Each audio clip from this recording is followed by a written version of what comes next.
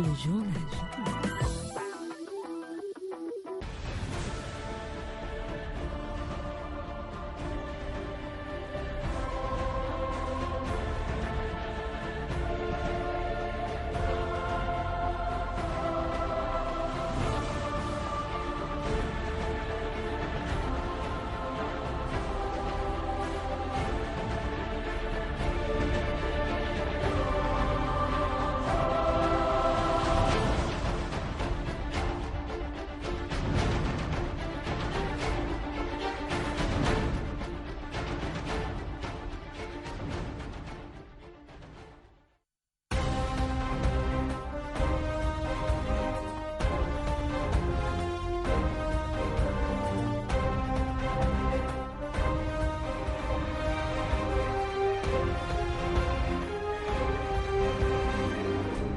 Les pays frontaliers de la RDC doivent cesser de soutenir le groupe armé opérant dans l'Est congolais.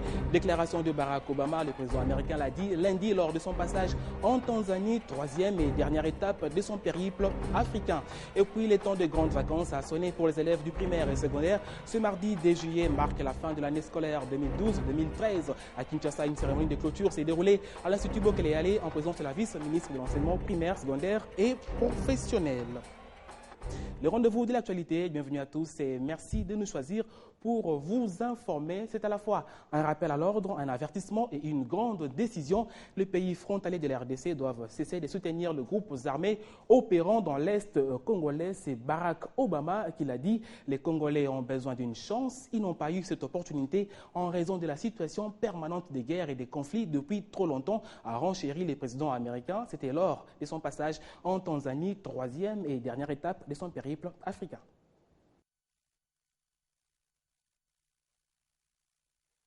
L'Est de la RDC fait face aux multiples conflits armés alimentés selon plusieurs rapports par le Rwanda et l'Ouganda. Et sans les citer, c'est implicitement à eux que le président Barack Obama s'adresse lorsqu'il déclare ceci. Les pays entourant le Congo doivent prendre l'engagement de cesser de soutenir les groupes armés opérant en RDC. Kigali et Kampala n'ont jamais reconnu leur responsabilité dans l'instabilité du Congo où, selon les présidents américains, il faut aussi renforcer les capacités de l'armée de la RDC. Les Congolais ont besoin d'une chance. Ils n'ont pas eu cette opportunité en raison de la situation permanente de guerre et de conflits depuis bien trop longtemps. Il a aussi estimé que l'accord cadre signé en février par 11 pays de la région sous les yeux de l'ONU soit d'application et avec suivi. Un accord qualifié de tous les espoirs, mais dont les résultats concrets se font toujours attendre.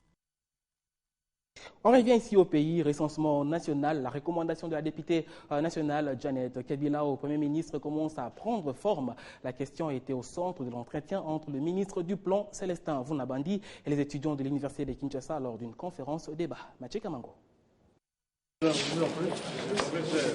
C'était un véritable choc d'idées entre le ministre du Plan et la communauté scientifique de l'Université de Kinshasa.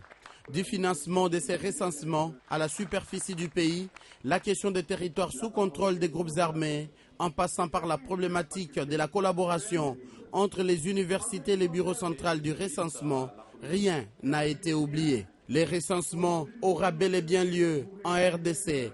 L'objectif était non seulement de partager l'information sur le projet, mais également d'obtenir l'adhésion de la communauté universitaire sur cet important projet qui a besoin d'être connu, mais également d'être vulgarisé. Les étudiants ont sans doute trouvé un intérêt car ils peuvent intervenir dans la phase préparatoire par une sensibilisation et une communication de proximité. J'aimerais que cela se réalise, que ce ne soit pas dans des rêves ou dans des ambitions qu'ils disent ça l'avoir réalisé. J'aimerais que ça réalise, ça sera bien pour notre population. Pour rappel, la planification de la politique du gouvernement devra être basée sur les statistiques permettant de connaître les besoins de la population et les questions relatives au bien-être social, déclaré la députée Janet Kabila le mercredi 9 mai 2012 à l'Assemblée nationale. Signature ce mardi d'un protocole d'accord portant sur l'assistance technique entre la Direction générale des douanes et accises et l'autorité de régulation de postes et télécommunications. La nécessité de collaboration entre les deux services de l'État va permettre à la DGDA une meilleure maîtrise de l'assiette imposable et au besoin les renforcements des capacités de ses cadres et agents dans les domaines des télécommunications. Ces protocoles est d'une durée indéterminée. On écoute au tour à tour le directeur général de la DGDA, Deo Rugiza, et le président du collège de la RPTC à propos de ces protocoles d'accord. La DGDA bénéficiera de l'expertise de la RPTC pour avoir des informations de manière à mieux maîtriser le flux des télécommunications. Vous savez que le Code des accises soumet au paiement des droits et taxes les communications. Et la RPTC est l'organe officiel habilité, n'est-ce pas, à communiquer, à avoir la maîtrise de ces flux. Donc la DGDA bénéficiera de cette expertise. Et en contrepartie, bien sûr, devra rémunérer ce service. Donc ceci nous permettra de mieux maîtriser les bases de données de calcul des droits d'accise et donc de maximiser les recettes de l'État. Il définit l'intérêt pour nous de pouvoir concourir à l'optimalisation des recettes publiques à travers les mécanismes de contrôle, de régulation. Nous allons, à travers notre expertise et surtout à travers l'outil technique que nous disposons, qui a été payé par le Trésor public. Donc nous pensons qu'avec tous ces outils-là, nous allons devoir apporter toutes les informations à la DGDA afin de lui permettre de pouvoir asseoir, si vous voulez, les taxes sur sa matière et aussi, pourquoi pas, essayer d'effectuer des meilleurs recoupements possibles. Au chapitre 10 questions, fini l'école, c'est déjà les vacances à l'enseignement primaire, secondaire et professionnel. Ce mardi 2 juillet marque la fin de l'année scolaire 2012-2013. À Kinshasa, la cérémonie officielle de clôture s'est déroulée à l'Institut Bokele en présence de la vice-ministre de l'enseignement primaire, secondaire et professionnel. Des vêtements qui trahissent déjà l'époque des grandes vacances dans laquelle ils s'apprêtent à entrer. Ces élèves qui s'amènent dans leur école accompagnés de parents vont bientôt être confrontés à leur sort. Mais avant, un mot de la vice-ministre qui met officiellement fin à l'année scolaire 2012-2013. Nous sommes ici à l'Institut Bokele de la commune de la Gombe. Dans l'ensemble, c'est une satisfaction pour le gouvernement. L'année s'est déroulée presque sans anicroche. Vos efforts ont été récompensés. L'assiduité dont vous avez fait preuve tout au long de cette année scolaire, qui est aujourd'hui couronnée par le grand nombre de réussites, constitue un motif d'encouragement pour le gouvernement de la République. Et il n'y aura pas non plus beaucoup d'incidents ni de mouvements de grève. C'est ce qui a justement permis le respect du calendrier, reconnaît ce directeur d'école. Les mouvements de grève, nous, on ne veut pas ça. Et nous formons d'abord la tête. Donc, la morale de l'enfant. Le suivi est permanent. Alors, à cause de ce suivi permanent, nous arrivons à ce que les enseignants donnent vraiment une bonne éducation aux enfants. Et rien de cela ne pouvait être possible sans l'engagement ferme du gouvernement pour que l'éducation passe pour une priorité de priorité. Revenons au sort des élèves. Ici à l'Institut Bokele, la moisson aura été bonne. Sur un effectif de 1138 élèves, 835 ont réussi, soit un taux de 72%. Le premier d'entre eux tous, c'est cet élève de 4e biologie qui a fait 93%. Bien, je suis juste joyeux. Disons qu'il y a deux choses. D'abord la prière et les études. Disons que je me concentre sur mes études et je ne suis pas trop à gauche et à droite. Le moment des décompressés est donc arrivé, chers élèves. Surtout, n'oubliez pas d'entretenir votre mémoire durant ces 2 longs mois de vacances. Le premier lingot d'or de Banro Corporation est attendu d'ici à la fin de l'année. Confirmation de l'administrateur délégué de la corporation. C'était en marge de l'audience accordée par le Premier ministre Augustin Matata Mponyo au staff de cette firme. Matata Mponyo a promis le soutien du gouvernement au cours de la réunion qu'il a présidée au gouvernorat du Maniema.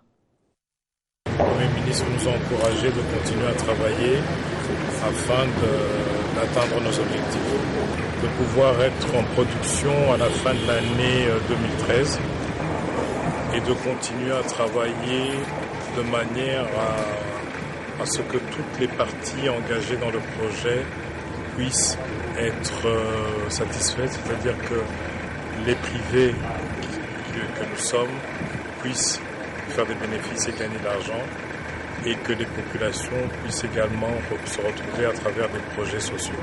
Le premier lingot sera produit probablement à la fin de cette année. Je ne peux pas dire si ce sera en novembre ou en décembre, mais ce sera produit à la fin de cette année 2013. Le Premier ministre vous a encouragé.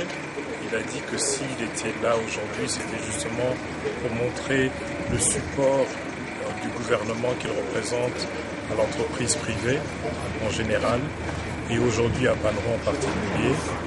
Il nous a demandé de travailler de manière consciencieuse, de respecter les lois du pays et de travailler dans la transparence. Au chapitre santé, face aux problèmes qui guettent et mettent en danger le secteur de produits pharmaceutiques en RDC, il faut à tout prix des solutions. Justement, le ministre de la Santé publique est descendu lundi sur terrain afin d'inspecter les différentes installations et laboratoires de fabrication de produits pharmaceutiques à Kinshasa. C'était à Kingabwa, dans la commune de Limité. C'est depuis un temps que la RDC procède à l'incinération de produits importés déclarés impropres à la consommation. Cet autre lot contenant cette fois de médicaments a été intercepté par la police nationale congolaise. Phénomène à prendre au sérieux et le gouvernement veut y voir clair.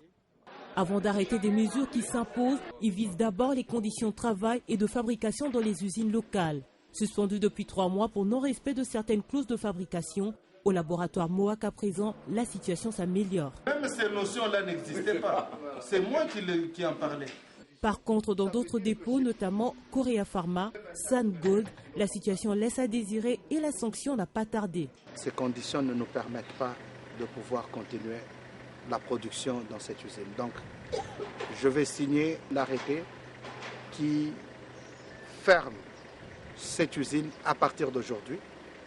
Je vous mets à la disposition de la 3e direction avec laquelle vous allez travailler pour améliorer les conditions de travail. Estimé à une dizaine de tonnes de produits pharmaceutiques en circulation dans la ville de Kinshasa, la démarche du ministre est donc la bienvenue. Conscient que plus de 80% de produits pharmaceutiques importés en RDC perdent de plus en plus leur qualité, le gouvernement a pour ambition de promouvoir l'industrie locale, même s'il reconnaît que ce n'est pas de la mer à boire. Santé toujours, c'est une bonne nouvelle. Des chercheurs australiens ont annoncé ce mardi avoir découvert un vaccin potentiellement efficace contre le paludisme après une série de tests sur des souris avec plusieurs souches de la maladie. C'est donc une première. D'après ces chercheurs, une seule vaccination induit une profonde immunité aux différentes espèces de parasites du paludisme, mais ils ne veulent pas aller trop vite en besogne. Avant tout, il faut se rassurer que les vaccins fonctionnent sur les humains, ont-ils indiqué. En justice, le procès de présumés assaillants de la résidence du chef de l'État en février 2011. Lundi, au cours de l'audience de la Cour militaire de Kinshasa, Gombe, le second prévenu, a fait ses aveux dans le souci de permettre à la Cour de libérer plusieurs innocents détenus en même temps que le vrai coupable. Après les aveux faits à l'audience précédente, le prévenu Kiboulali Mengo Justin, alias Fils, est revenu lundi 1er juillet 2013 à la barre. Une fois de plus, le prévenu est resté constant dans sa déposition. Il a reconnu avoir reçu en 2010 à Brazzaville, de la part de 2 personnalités congolaises, notamment Honoré Ngwanda et l'ex-général Faustin Mounene, la mission d'organiser et de commander le mouvement insurrectionnel à Kinshasa dans le but de changer le régime constitutionnel en RDC. Dans ce pays voisin, le prévenu Kiboula était avec le prévenu Compagnie, alias déclencheur, à qui un montant de 42 000 $ a été remis pour l'achat d'armes et munitions de guerre. Mais arrivé à Kinshasa, ce dernier a préféré se marier avec cet argent et faire d'autres dépenses à caractère personnel. C'est alors qu'un autre commanditaire de la rébellion, nommé Oudjani, leur enverra d'autres moyens pour acheter des machettes qui ont servi à l'attaque de la résidence du chef de l'État et de la base logistique centrale des FARDC le 27 février 2011. Appelé à réagir devant les juges, le prévenu Compagnie a nié les faits allégués contre lui. La défense du prévenu Compagnie invite la cour militaire de Kinshasa-Gombe, présidée par son premier président, le colonel magistrat Masungi Mouna, à ne pas prendre les aveux de Kiboula pour parole d'évangile. 2 autres prévenus ont également été entendus à l'audience du jour. Le prévenu Alain Dawili, assistant médical de son état, accusé d'avoir été chargé de soigner les assaillants blessés à la base logistique, et le prévenu Ankemi Somicho, recruté selon le ministère public pour attaquer l'aéroport international de Ndjili. Les camps-parents ont respectivement rejeté les griefs articulés contre eux. Et puis, pas question d'avoir peur, ce n'était qu'un contrôle de routine. Ce mardi, à la prison centrale de Makala, la force loyaliste a été déployée à la prison afin de veiller sur le transfert de quelques détenus vers la prison militaire d'Endolo et d'éviter tout soulèvement des autres prisonniers, chose mal appréhendée par ces derniers qui se sont ralliés au groupe visé afin d'empêcher qu'ils sortent de la prison, ce qui a poussé les forces de l'ordre à lancer des gaz lacrymogènes pour mater ces soulèvements qui avaient créé une panique dans les quartiers d'environnement. Selon des sources officielles, seul le gaz lacrymogène a été utilisé, aucune balle n'a été tirée. Et puis, c'est un fait inhabituel, vous l'avez sûrement remarqué en passant sur le boulevard Lumumba vers la 13e rue. Un robot portant le feu de signalisation a été placé pour assister les agents de la police de roulage dans la traversée de la chaussée. C'est une première à Kinshasa, on le suit avec Guy Chongo.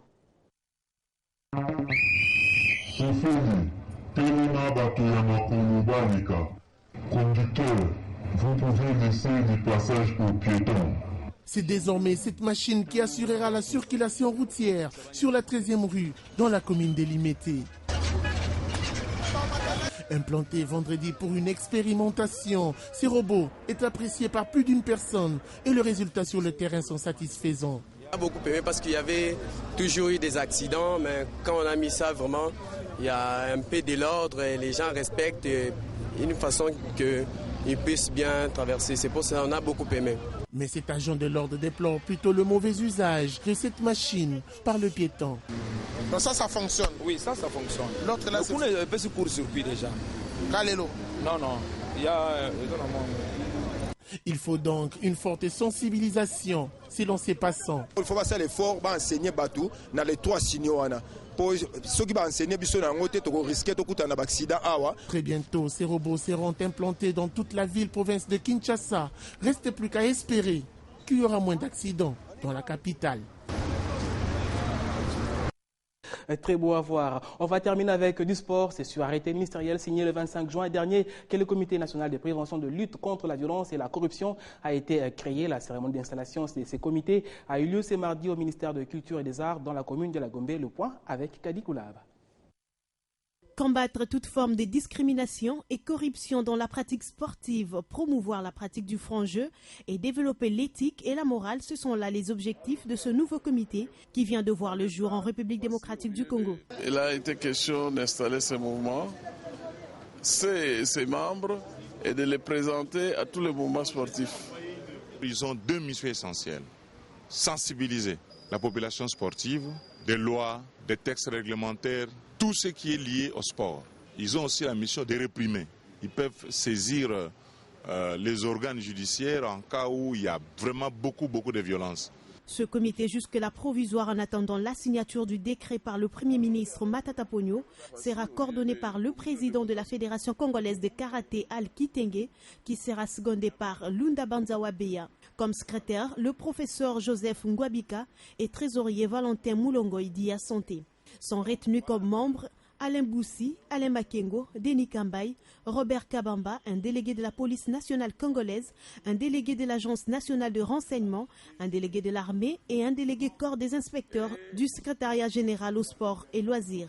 Nous allons y travailler en groupe. Je crois simplement qu'il y aura aussi une composante de la sensibilisation et vous les journalistes, vous avez une responsabilité. Si c'est arrivé à travailler aujourd'hui avec mes amis congolais, ensemble pour émerger notre sport, je suis capable de se surpasser et de passer sur les montagnes. Pour le ministre Banzamoukalay, ce comité national de prévention des luttes contre la violence et la corruption dans les sports doit mettre un terme au déchaînement des passions et à tous les actes de violence qui peuvent survenir avant, pendant et après les rencontres sportives et sauvegarder la tranquillité de l'ordre public.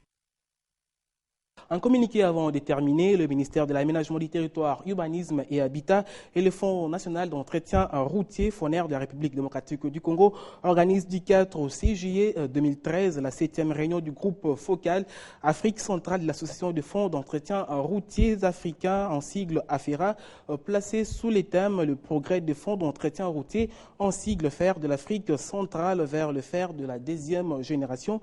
La cérémonie d'ouverture est prévue le jeudi 4 juillet 2013 à 8h au Fleuve Congo Hôtel à Kinshasa. Cordial, bienvenue à tous. Et voilà tout pour ce journal. Merci de votre attention. Juste après, c'est la revue de presse. Ne quittez pas.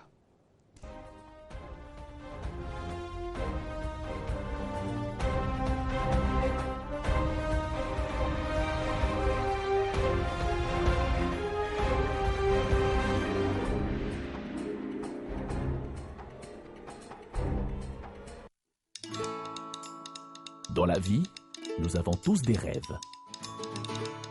objectifs et aspirations. Vos projets d'avenir ainsi que ceux qui vous sont chers dépendent des choix que vous effectuez aujourd'hui.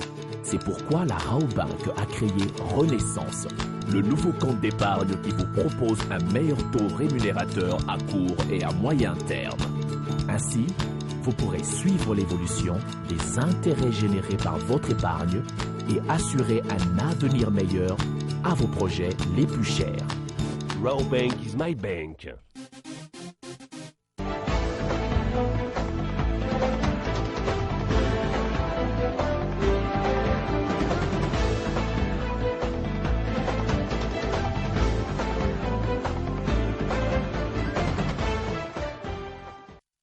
La revue de presse aujourd'hui, c'est avec Charlotte Ibouaboua. Bienvenue. Merci Frédéric.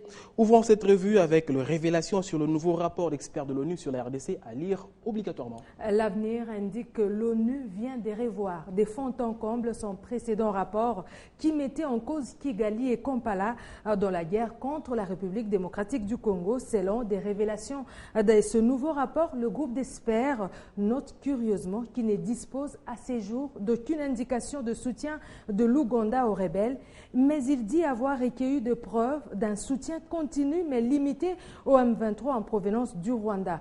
Et comme pour jeter de la poudre aux yeux d'un borne, l'ONU affirme que l'armée régulière, c'est-à-dire les FARDC, sont de mèche avec le groupe armé des FDLR. Crise dans les Grands Lacs, le maximum précise que Paul Kagame et son armée ont choisi d'affronter la brigade de l'ONU en faisant traverser des bataillons entiers. Au commandement de ces troupes, on fait état de la présence d'un revenant, le général renégat Laurent Kunda Batouaré, celui-là même que la justice rwandaise a fait semblant de poursuivre pour ses crimes commis en RDC.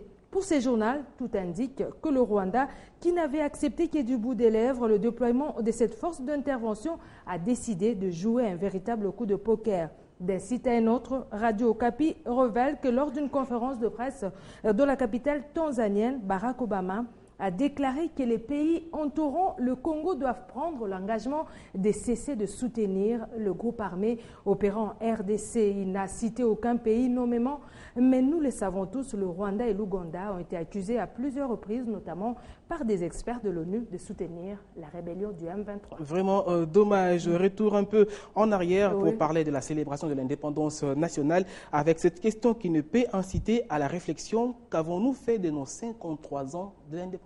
Oui, vous l'avez dit, la question mérite d'être posée et il n'est donc pas tard de revenir là-dessus. L'éditorialiste de l'Observateur qui a pris la peine de réfléchir à ces sujets divise en deux temps l'époque de la colonisation. D'abord, les 23 ans durant laquelle le Congo est propriété privée de Léopold II, roi de Belge. Au cours de cette période, se rappelle le rédacteur, le territoire national est pacifié. Une armée, la force publique est mise en place, des frontières tracées et le chemin de fer Matadi-Léopoldville construit. Le bilan est largement positif. Vient ensuite les 52 ans du Congo belge, presque la durée du Congo indépendant d'aujourd'hui. Ils sont un modèle de réussite coloniale, si bien que les colons nous laissent une économie solide et florissante, une armée victorieuse pendant les 2 guerres mondiales et un pouvoir d'achat des populations enviables. Et qu'avons-nous fait en 53 ans d'indépendance? En un mot, commençant, révèle l'Observateur, nous avons tout détruit au point que des milliers de jeunes, la sève vivifiante de la nation, ne rêvent plus que des lointains pâturages. Qu'avons-nous fait? À chacun de répondre à sa manière. Tout à fait. Et pour finir, Charlotte, cette autre question, le Sénégal ou l'Afrique vont-ils juger Hissène Habré? Les adversaires de l'ex-président tchadien sont-ils sur le point plutôt de l'emporter? Guinée-Conakry Info estime qu'après l'arrestation surprise d'Hissène Habré intervenu dans la capitale sénégalaise et son placement en garde à vue dans les locaux de la division des investigations judiciaires, certains proches des victimes n'hésitent pas à entrevoir l'avenir avec un brin d'optimisme. Après plus de 20 ans d'attente, Macky Sall serait donc sur la voie du respect des engagements qu'il avait pris par rapport à ces dossiers des plus délicats, sauf contre les pressions incessantes de l'Union africaine et les encouragements déguisés du président Obama lors de son passage à Dakar. Le président sénégalais n'avait pas beaucoup d'alternatives. Mais du côté de proches du Habré, souligne Sénéweb, on dénonce la démarche et a abouti à son arrestation qui, disent-ils, n'aurait pas respecté toute la procédure en la matière. C'est le son de cloche tout à fait différent de la part des victimes des 8 ans de règne d'Hissène Habré. Pour ce second groupe, les conditions d'arrestation de l'ex-président tchadien sont moindres par rapport à la joie et à l'espoir que cette arrestation engendre. Ce mardi, indique Jeune Afrique, il a été déféré devant le juge d'instruction et il faudra attendre de voir si ces placements en garde à vue débouchera concrètement sur le procès. Et la fin d'une histoire, lui qui a tenté de se suicider pendant son arrestation. Vous le savez. Voilà, et c'est par ici que prend fin votre revue de presse. Merci Charlotte. Merci à vous aussi Freddy. Fin de cette revue, retrouvez la suite de l'info sur télé50.com et sur la bande défilante. À très bientôt.